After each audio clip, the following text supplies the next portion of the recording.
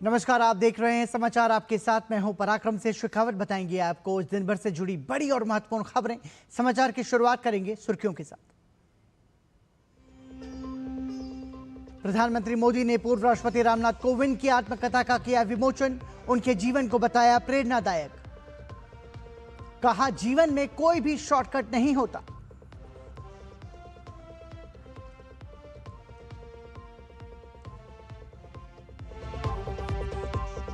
केंद्रीय गृह मंत्री अमित शाह की हुंकार, हर मुद्दे पर जवाब के लिए सरकार पूरी तरह तैयार। लोकसभा अध्यक्ष को लिखे पत्र में कहा, संसद चर्चा और संवाद का सही स्थान। किरेन रिजिजू ने चर्चा से भागने पर विपक्ष पर उठाया सवाल।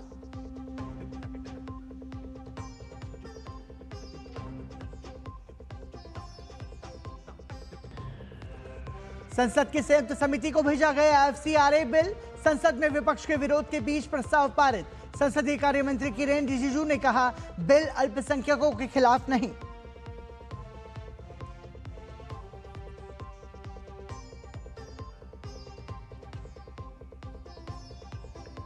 राज्यसभा से एनसीडीसी संशोधन विधेयक और केरल नाम परिवर्तन विधेयक पारित। जस्टिस यशवंत वर्मा के खिलाफ आरोपों की जांच समिति की रिपोर्ट दोनों सदनों में हुई पेश।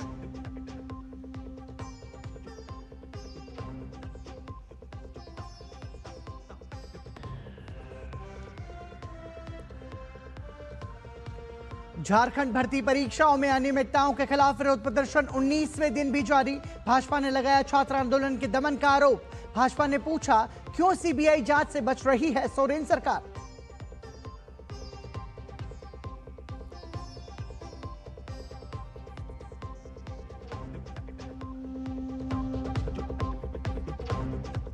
पूर्व राष्ट्रपति रामनाथ कोविंद की और आइए सुर्खियों के बाद खबरों पर नजर विस्तार से। पूर्व राष्ट्रपति रामनाथ कोविंद की आत्मकथा Triumph of the Indian Republic, my life my struggles का प्रधानमंत्री नरेंद्र मोदी ने विमोचन किया। इस किताब में रामनाथ कोविंद की जीवन यात्रा, सार्वजनिक जीवन से जुड़े उनके अनुभवों, संघर्षों और सफलताओं का उल्लेख है। प्रधानमंत्री ने रामनाथ कोविंद के जीवन को प्रेरणा स्रोत बताया। उन्होंने कहा कि कोविंद जी ने अपने जीवन, संघर्षों और कठिनाइयों में भी मूल्यों और जिम्मेदारियों का निर्वहन किया। उनका जीवन भारतीय लोकतंत्र और भारतीय गणतंत्र की जीत है। मैंने उनके जीवन को जितना समझा है, उनकी कार्यक्षमताओं को जितना जाना है, मैं पूरे विश्वास से कह सकता हूं कि श्री रामनाथ कोविंद जी की ऑटोबायोग्राफी अपने आप में भारतीय लोकतंत्र और भारतीय समाज के लिए एक धरोहर बनेगी।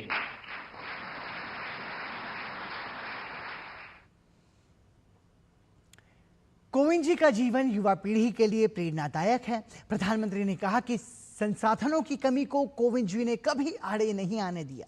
उन्होंने संघर्षों से निकलकर शिखर तक का सफर तय किया है। विकसित भारत, आत्मनिर्भर भारत के लिए भविष्य में देश को कोविंद जी जैसे युवाओं की जरूरत है। हमें भविष्य में कोविंद जी जैसे अनेकों युवा चाहिए, जो परेशानियों से परास्त न हो, जो मुश्किलों से मायूस न हो, बल्कि अपनी मेहनत से हर मंजिल को आसान बनाने का हौसला रखे। इसी बदलाव से सशक्त भारत के निर्माण का संकल्प पूरा होगा। यहीं से आत्मनिर्भर और विकसित भारत का रास्ता बनेगा। प्रधानमंत्री ने कहा कि कठिन समय जीवन मूल्यों को रोशनी देता है, समाज और राष्ट्र सेवा की प्रेरणा मिलती है। इसे पूरी तरह से कोविंद जी ने जीवंत किया है। प्रधानमंत्री ने कहा कि जीवन में कोई भी शॉर्टकट नहीं होता। युवा पीढ़ी से आग्रह करूंगा रील का जमाना है।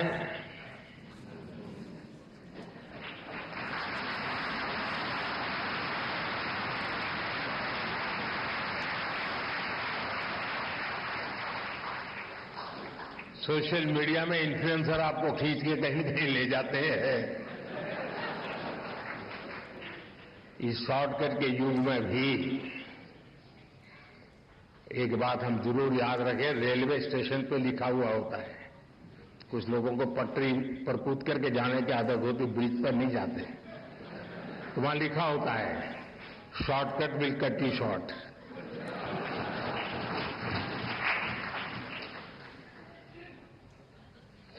और अगर शॉर्टकट के रास्ते से भी कहीं बाहर निकलना है तो मैं नौजवानों को कहूंगा, आपको जिसका भी पसंद हो ऑटोबायोग्राफी जरूर पढ़ें।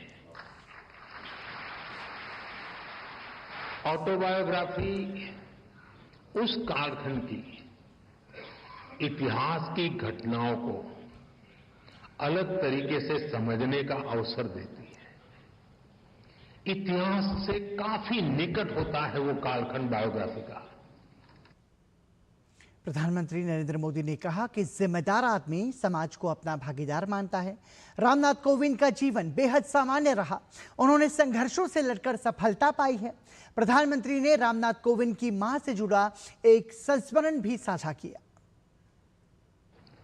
कोविंद जी ने अभी भी कुछ वर्णन किया और अपनी किताब में भी लिखा है कैसे गर्मी के मौसम में एक दिन उनके घर में आग लग गई। उनकी मां अपनी चिंता छोड़कर घर की चीजों को बचा रही थी।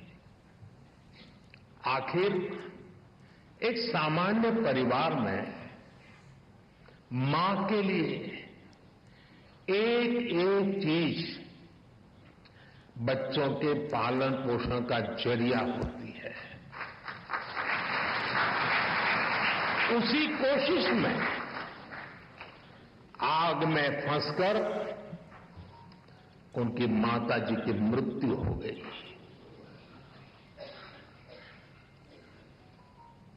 आप कल्पना कर सकते हैं, छोटी सी उम्र में मैं इस तरह की घटना, मां को इस तरह खो देना, ये कितना दर्दनाक रहा होगा। मैं तो भाग्यशाली रहा हूं, मेरी मां 100 साल से भी अधिक जीवित रही और मुझे आशीर्वाद देती रही। उसके बावजूद भी आज भी मैं मां की कमी महसूस करता हूं।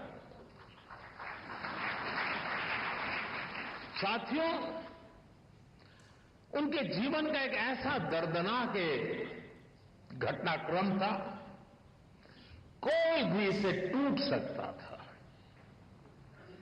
लेकिन कोविंद जी को उन मुश्किलों ने मजबूत किया। पड़ोस की एक माताजी ने उनके पालन पोषण में मदद की। इसे उन्होंने समाज की एकता और सौहार्द की ताकत को समझा।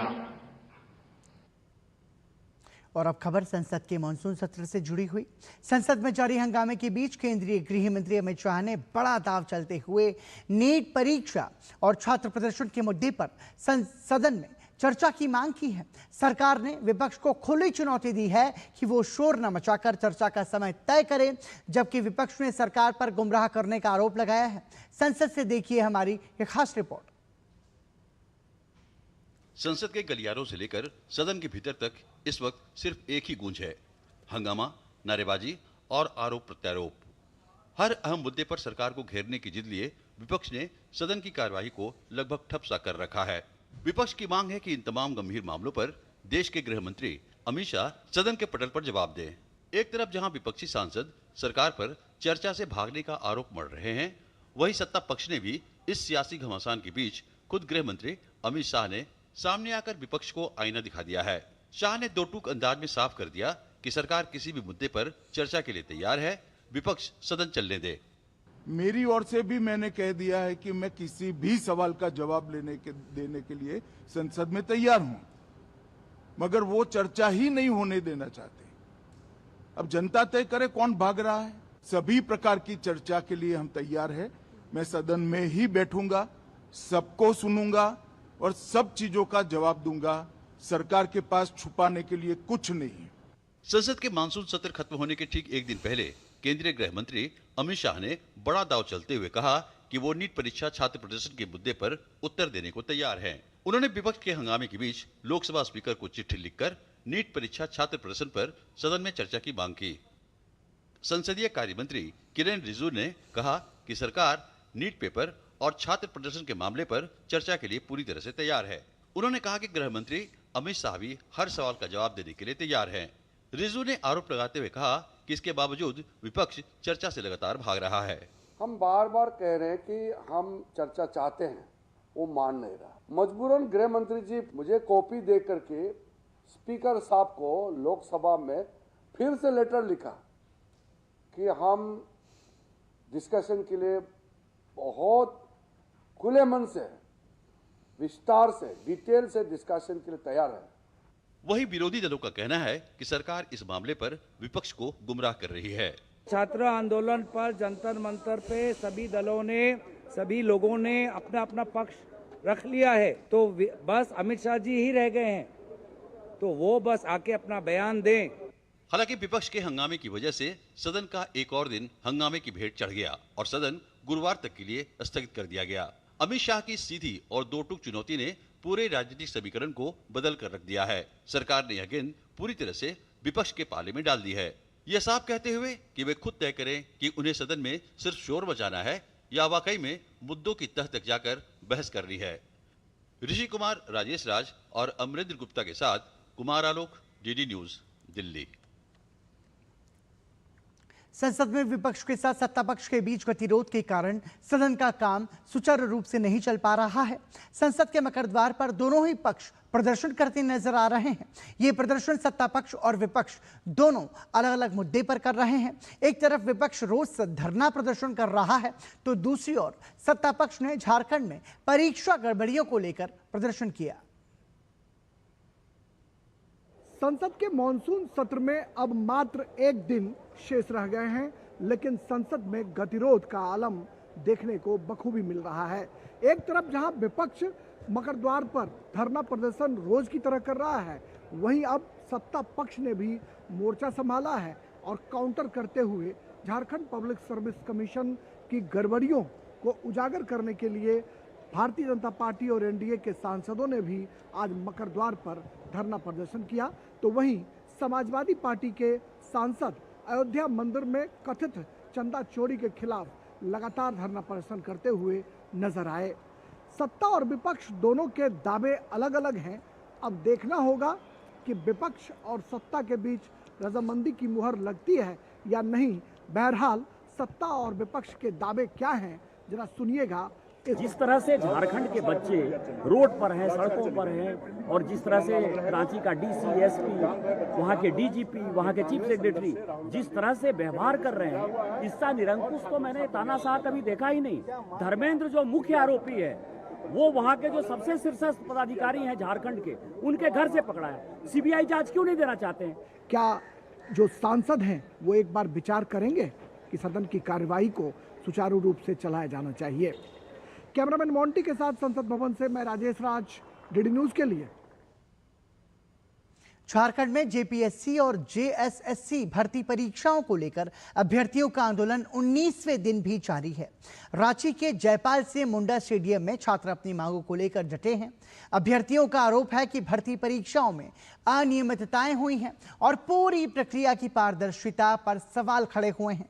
प्रदर्शन के बीच छात्रों का कहना है कि जब तक उनकी प्रमुख मांगों पर ठोस फैसला नहीं होता, आंदोलन जारी रहेगा। युवाओं की मांग है कि जेएसएससी सीजीएल परीक्षा रद्द होनी चाहिए। परीक्षाओं में गड़बड़ी की स्वतंत्र जांच होनी चाहिए। जांच सीआईडी के बजाय सीबीआई को सौंपी जाए। जेपीएससी और जेएसएससी भर्ती प्रक्रिया में सुधार हो और भर्ती व्यवस्था पारदर्शी होने के साथ ही निष्पक्ष भी हो। मंगलवार देर रात प्रदर्शन स्थल पर प्रशासनिक अधिकारियों के पहुंचने के बाद स्थिति को लेकर विवाद बढ़ा। अभ्यर्थियों का आरोप है कि रात करीब 1:30 से 2 बजे के बीच पुलिस और प्रशासन के वरिष्ठ अधिकारी स्टेडियम पहुंचे और प्रदर्शनकारियों को धमकाने की कोशिश की। इसके बाद प्रदर्शन में नेता प्रतिपक्ष बाबूलाल मरांडी ने धरना स्थल पर जाकर छात्रों से मुलाकात की और आरोप लगाया कि छात्रों के आंदोलन को कमजोर करने की कोशिश की जा रही है। उन्होंने कहा कि सोरेन सरकार यदि सीबीआई जांच कराएगी तो जांच की आंच सत्ता के शीर्ष तक पहुंचेगी।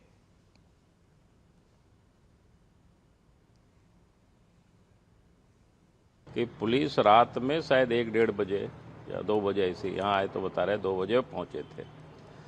सिटी एसपी पहुंचे हैं, एसएसपी पहुंचे हैं और डीसी भी पहुंचे हैं और बच्चों को हटाने के लिए, आंदोलन को समाप्त करने के लिए हो सके वो बल भी शायद प्रयोग करते हैं, पता नहीं क्या करते हैं, और आंदोलन को कमजोर करने की ये कोशिश कर रहे हैं, लड़कों को भी बांटने की कोशिश कर रहे हैं। जिस प्रकार से भी यहाँ हमें लोग बताया गया, वो कह रहे कि हमने एग्जाम रद्द कर दिया।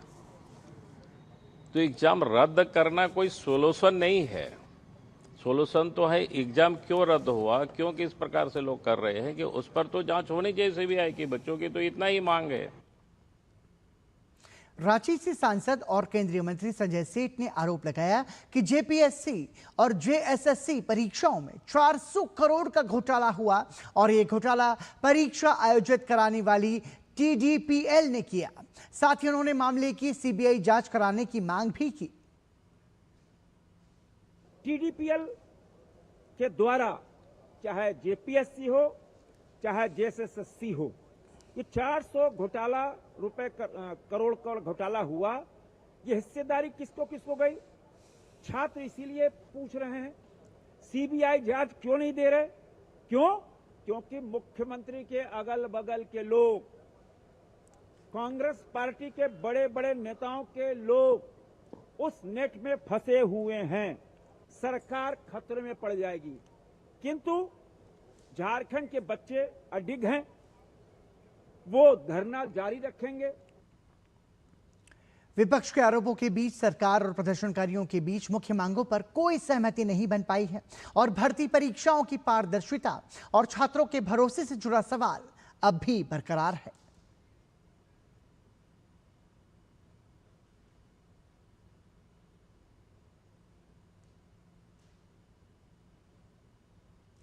चार साल पहले शुरू हुआ एक अभियान हर घर तिरंगा आज करोड़ों भारतीयों की भागीदारी का राष्ट्रीय उत्सव बन चुका है। इस साल वंदे मातरम के 150 साल होने के मौके पर हर घर तिरंगा अभियान और भी खास हो गया है। आइए देखते हैं इसी से जुड़ी खबर हमारे खास सेगमेंट हर घर तिरंगा में।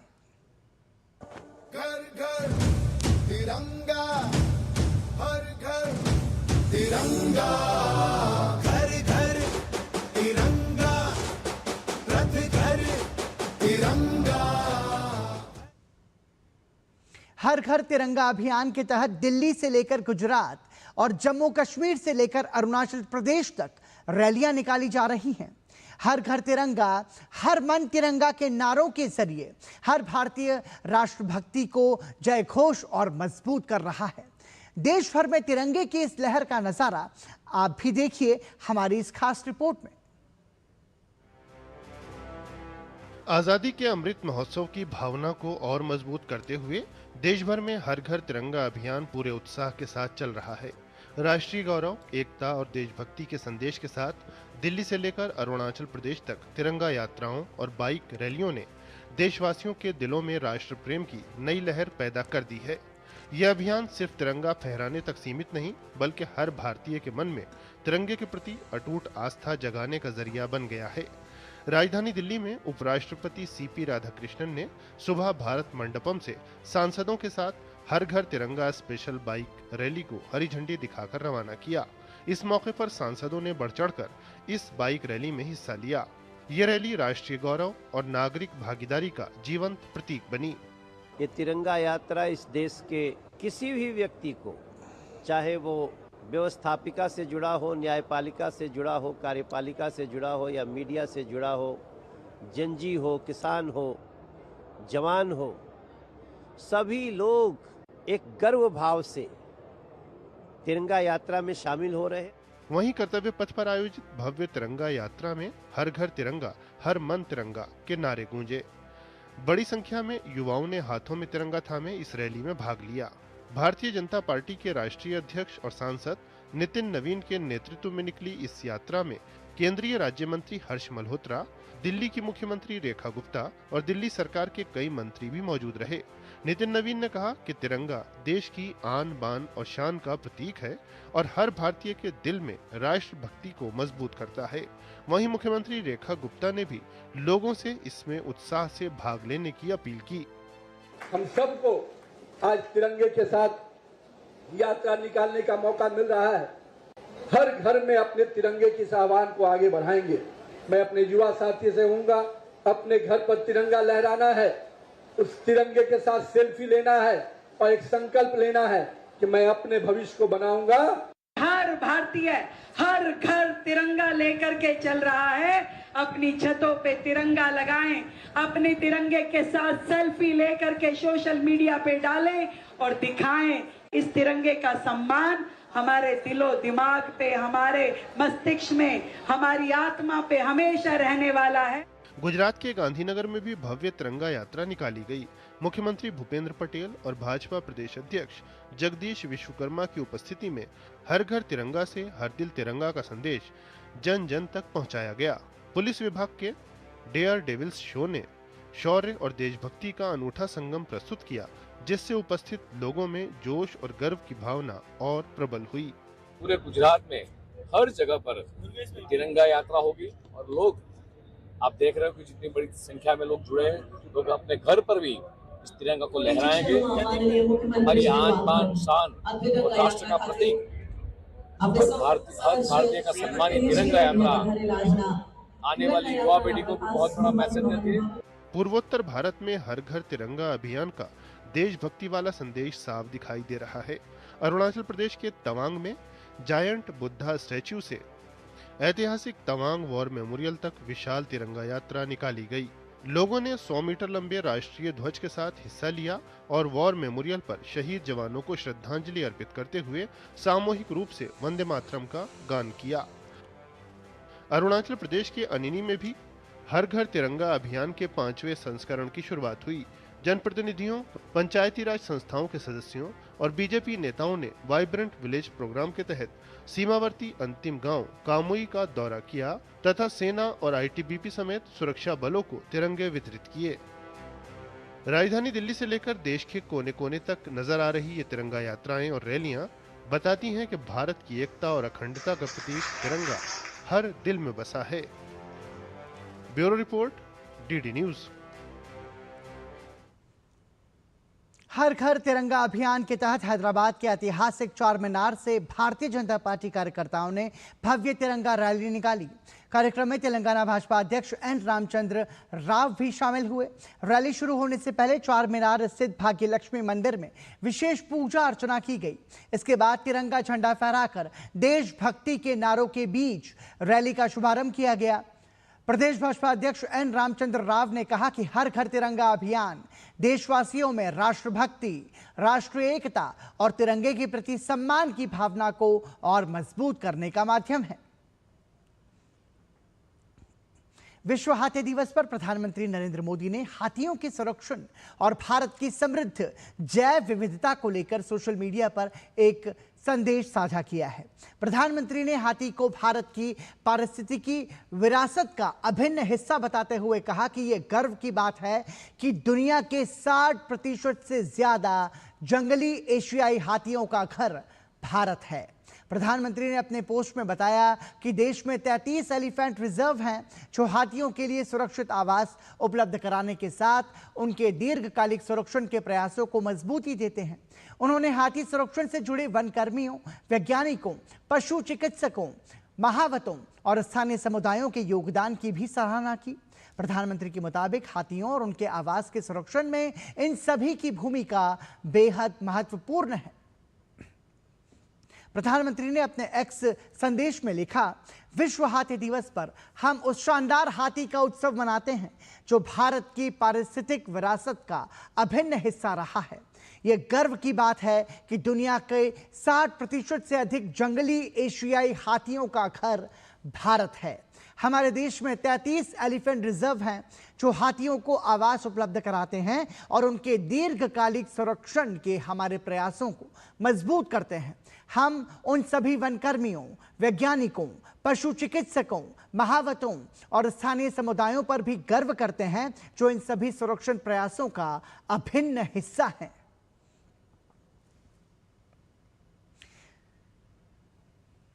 देश भर में 80वें स्वतंत्रता दिवस मनाने की तैयारियां काफी जोर शोर से चल रही हैं। प्रसार भारती भी लाल किले में होने वाले स्वतंत्रता दिवस समारोह के सीधे प्रसारण की तैयारियों को अंतिम रूप दे रहा है। प्रसारण की तैयारियों का जायजा लेने के लिए सूचना एवं प्रसारण मंत्रालय के सचिव चंचल कुमार और प्रसार भारती के सीईओ गौरव द्विवेदी अन्य वरिष्ठ अधिकारियों के साथ लाल किला पहुंचे।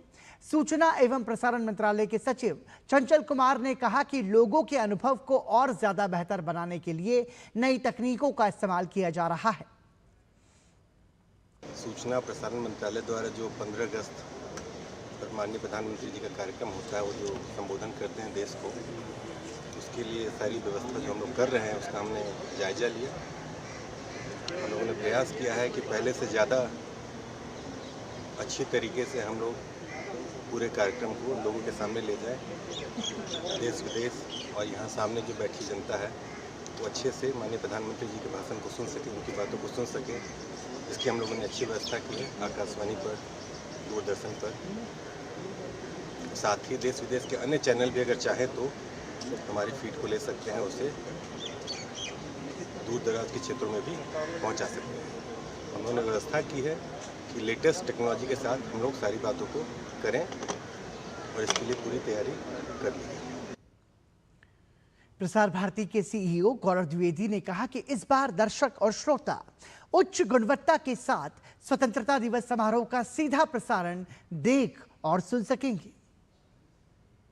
दर्शकों और श्रोताओं के लिए हम फिर से इस साल स्वतंत्रता दिवस समारोह लाल किले की प्राचीर से लेकर आने के लिए पूरी तरह से मुस्तैद और तैयार हैं। दूरदर्शन और आकाशवाणी के पूरे नेटवर्क पर इस कार्यक्रम का सीधा प्रसारण 15 तारीख को किया जाएगा। हाई डेफिनेशन में दूरदर्शन पे, रेडियो पे इसका भी लाइव ब्रॉडकास्ट और साथ में 4K पर स्ट्रीमिंग और वेव्स OTT पर इस कार्यक्रम को सभी लोग देख सकते हैं। और इस बार हमने कुछ नए कैमरास इंट्रोड्यूस किए हैं, कुछ नए कैमरा लोकेशंस इंट्रोड्यूस की हैं। मुझे विश्वास है कि स्वतंत्रता दिवस के समारोह की पूरी गरिमा के साथ हम ये ब्रॉडकास्ट लेकर के ऑडियंसेस तक आ सकेंगे। हिमाचल प्रदेश सरकार ने जनता पर महंगाई का हंटर चलाया है। आम आदमी पर महंगे पेट्रोल डीजल का भार डालकर सुक्खू सरकार ने एक बार फिर से जनता की जेब काटी है। राज्य में पेट्रोल और डीजल के दाम 60 पैसे प्रति लीटर बढ़ा दिए गए हैं और इस महंगाई की मार को जन कल्याण के जुमले के तौर पर पेश किया जा रहा है। ये रिपोर्ट देखिए। हिमाचल प्रदेश की जनता को मुख्यमंत्री सुखविंदर सिंह सुक्खू ने महंगाई का नया झटका दिया है। सीएम सुक्खू की सरकार ने पेट्रोल और हाई स्पीड डीजल पर 60 पैसे प्रति लीटर का नया सेस लगा दिया है। यह सेस 11 अगस्त 2026 की आधी रात से लागू भी हो चुका है। सरकार इस नए टैक्स को नोबल कॉज बता रही है। सीएम सुक्खू ने इस सेस का नाम अनाथ और विधवा सेस रखा है, जिसका मकसद अनाथ बच्चों और विधवाओं से जुड़ी सरकारी योजनाओं पर खर्च करना है। लेकिन इस जन कल्याण के लिए पैसे की वसूली जनता से ही की जाएगी। 60 पैसे प्रति लीटर के हिसाब से डीजल पे और पेट्रोल पे ड्यूटी बढ़ी है और इसको आपने जैसा जिक्र किया कि वो एक ऐसे कॉज के लिए इस सेस को लगाया गया है जिसमें विधवाओं की जो हमारी विडोज हैं उनके वेलफेयर के लिए और जो हमारे अनाथ बच्चे हैं उनके वेलफेयर के लिए जो हमारी स्कीमें चल रही हैं। पेट्रोल डीजल के दामों में बढ़ोतरी को हिमाचल प्रदेश की सरकार सामाजिक कल्याण के पक्ष में लिया गया फैसला बता रही है, लेकिन हकीकत ये है कि सत्ता में आने के 3.5 साल से ज्यादा समय में सुक्खू सरकार लगातार जनता पर टैक्स, सेस और सब्सिडी कटौती का बोझ लाद रही है। अनाथ और विधवा सेस को लेकर दिलचस्प बात यह है कि विधानसभा में पहले ही इस सेस की अधिकतम सीमा 5 रुपए प्रति लीटर तक बढ़ा दी गई थी। ऐसे में माना जा रहा है कि अभी 60 पैसे की बढ़ोतरी महज एक शुरुआत है। सुक्खू सरकार आगे भी पेट्रोल डीजल के दाम बढ़ा सकती है। सत्ता में आने के बाद 7 रुपया डीजल के ऊपर वैट लगा करके डीजल के और पेट्रोल के दामों में भारी बढ़ोतरी की। उसके बाद अनन्य प्रकार के टैक्स लगाए गए और आज फिर एक और नाम लेकर के 60 पैसे का रेट डीजल और पेट्रोल का बढ़ा दिया गया। भारतीय जनता पार्टी इसकी कड़े शब्दों में निंदा करती है। राजनीतिक बयानबाजी के बीच सबसे चौंकाने वाला पहलू राज्य का बढ़ता कर्ज है। सुक्खू सरकार जब दिसंबर 2022 में सत्ता में आई थी तो राज्य का कर्ज करीब 76,000 करोड़ रुपए के आसपास था। सीएजी की रिपोर्ट और सरकारी आंकड़ों के अनुसार अब यह आंकड़ा 1 लाख करोड़ रुपए को पार कर चुका है। 2024-25 में कर्ज 1,03,331 करोड़ रुपए तक पहुंच गया। पिछले 3 साल में सुक्खू सरकार ने करीब 35,555 करोड़ रुपए का नया कर्ज लिया, जिसका ब्याज भुगतान भी बढ़ता जा रहा है। हर साल हजारों करोड़ रुपए सिर्फ ब्याज में जा रहे हैं। इसके अलावा प्रदेश की कांग्रेस सरकार वित्तीय वर्ष 2026-27 के बजट में 11,965 करोड़ रुपए का कर्ज लेने का प्रस्ताव रखा है। यानी हिमाचल प्रदेश पर कर्ज का भार और बढ़ने वाला, जिसका असर जनता पर पड़ने वाला है। आज के टाइम पे ऐसा है कि समझ लीजिए कि शाम को 1,000 रुपए कमाना भी मुश्किल है दिन भर लग के। अब हम अभी सुबह 3 बजे से खड़े हैं यहाँ पे। सरकार इस तरीके की चीजें करेंगी तो सर हमारे आम आदमी पर तो बोझ पड़ेगा ही ना। मीडियम तबका वो पिस रहा है इसमें। इन विधायकों की सैलरियां बढ़ रही हैं, मतलब हर कुछ इनका हो रहा है, पर जो गरीब आदमी ना तो दिहाड़ी लगाने के लायक है, वो मजदूरी करने के लायक भी नहीं है, जो पढ़ा लिखा है बेरोजगार है इस वक्त। सुक्खू सरकार अनाथ और विधवा सेस को सही ठहरा रही है, लेकिन हकीकत ये है कि राज्य की वित्तीय हालत खराब होने के बावजूद टैक्स और सेस का सहारा लिया जा रहा है।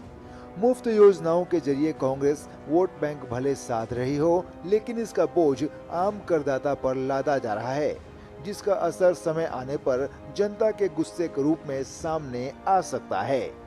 Bureau report, DD news. Bharat में कारोबार को बढ़ाने और भारतीय उत्पादों को दुनिया के बाजार तक पहुंचाने की मुहिम को नया मंच मिला है। भारतीय व्यापार महोत्सव में यह महोत्सव देश के एमएसएमईज, स्टार्टअप्स, मैन्युफैक्चरर्स, ट्रेडर्स और नए उद्यमियों को एक साथ लाकर उन्हें बाजार, निवेश और कारोबार के नए अवसरों से जोड़ने की कोशिश है। भारत के कारोबार और उद्यमिता को नई रफ्तार देने के उद्देश्य से नई दिल्ली के भारत मंडपम में भारतीय व्यापार महोत्सव 2026 का भव्य शुभारंभ हुआ। 4 दिन तक चलने वाले इस मेगा बिजनेस एक्सपो का focus MSMEs, startups, manufacturers, traders और निर्यातकों को कारोबार के नए अवसर उपलब्ध कराना है। केंद्रीय वाणिज्य एवं उद्योग मंत्री पीयूष गोयल ने कहा कि मुक्त व्यापार समझौतों के जरिए भारतीय कंपनियों के लिए बड़े वैश्विक बाजारों के दरवाजे खुले हैं और भारत को वैश्विक सप्लाई चेन का अहम हिस्सा बनाने का लक्ष्य है। जो 9 free trade agreement Modi ji के नेतृत्व में गत 4 वर्षों में 38 देशों के साथ हुए हैं, वो 60 ट्रिलियन डॉलर्स के जीडीपी को प्रभावित करेंगे।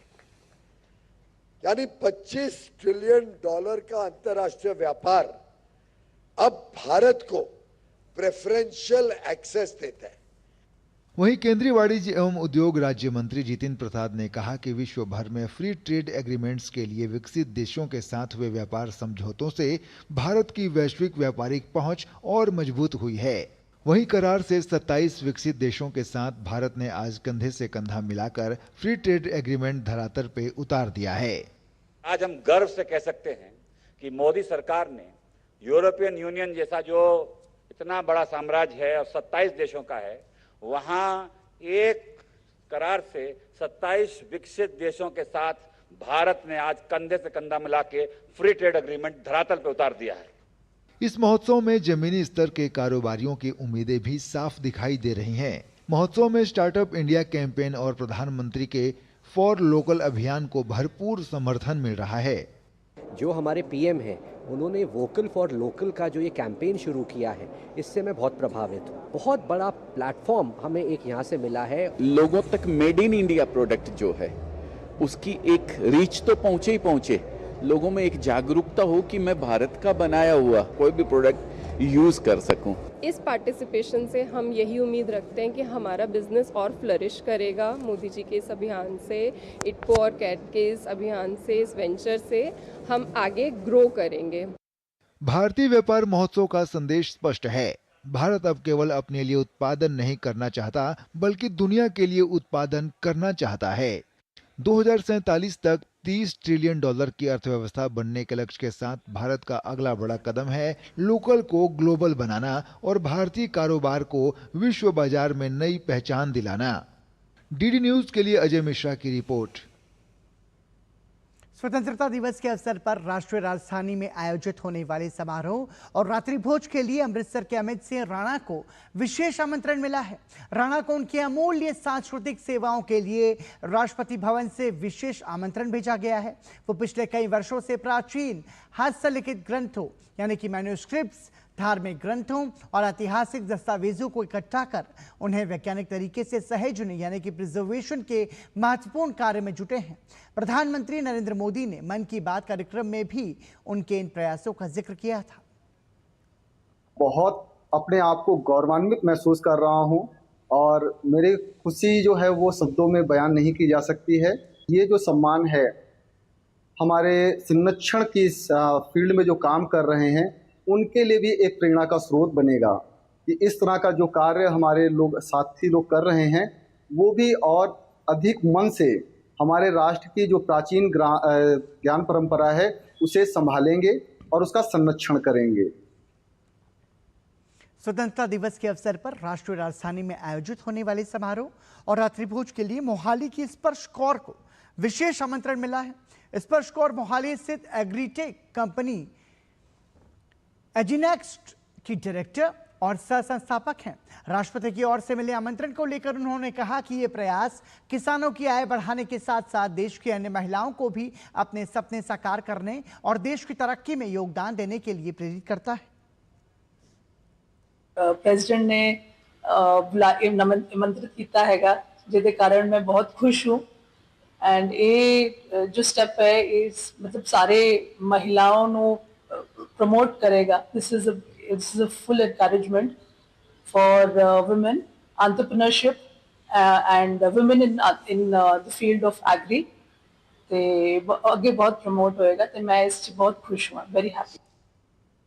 स्वतंत्रता दिवस के अवसर पर राष्ट्रपति द्रौपदी मुर्मू ने राजधानी में आयोजित होने वाले राष्ट्रीय समारोह और रात्रिभोज के लिए विभिन्न क्षेत्रों में उल्लेखनीय योगदान देने वाली चुनिंदा हस्तियों को आमंत्रित किया है। इनमें मोहाली स्थित national agri food biotechnology institute के कार्यकारी निदेशक अश्विनी पारीक भी शामिल हैं।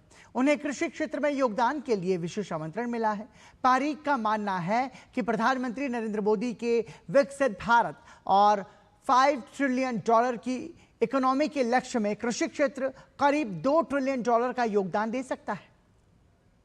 तो ये जो निमंत्रण पत्र राष्ट्रपति जी के यहाँ से आया है एक तरह का अवार्ड है हमारे लिए, जो ये दर्शाता है कि साइंस में और साइंस के टूल्स यूज करते हुए हम आगे बढ़ सकते हैं। और जो हमारे प्रधानमंत्री जी का एक विजन है कि आज हम 5 ट्रिलियन इकोनॉमी की बात करते हैं, तो मेरा मानना यह है कि 5 ट्रिलियन इकोनॉमी अगर हमें बनना है तो उसमें से 2 ट्रिलियन इकोनॉमी कम से कम एग्रीकल्चर से आएगी। और वो तभी हो सकता है जब हम न्यू टूल और न्यू तकनीक का इसमें यूज करें, कृषि में यूज करें, खेती में यूज करें, जो एक तरफ हमारे जनता का पेट भरेंगे और दूसरी तरफ हम एक विकसित भारत की तरफ लेकर जाएंगे। और इसी के साथ समाचार में अभी के लिए इतना ही। हमें और हमारी पूरी टीम को दीजिए अनुमति और देखते रहिए डीडी न्यूज, क्योंकि ये भरोसा है सच का। नमस्कार।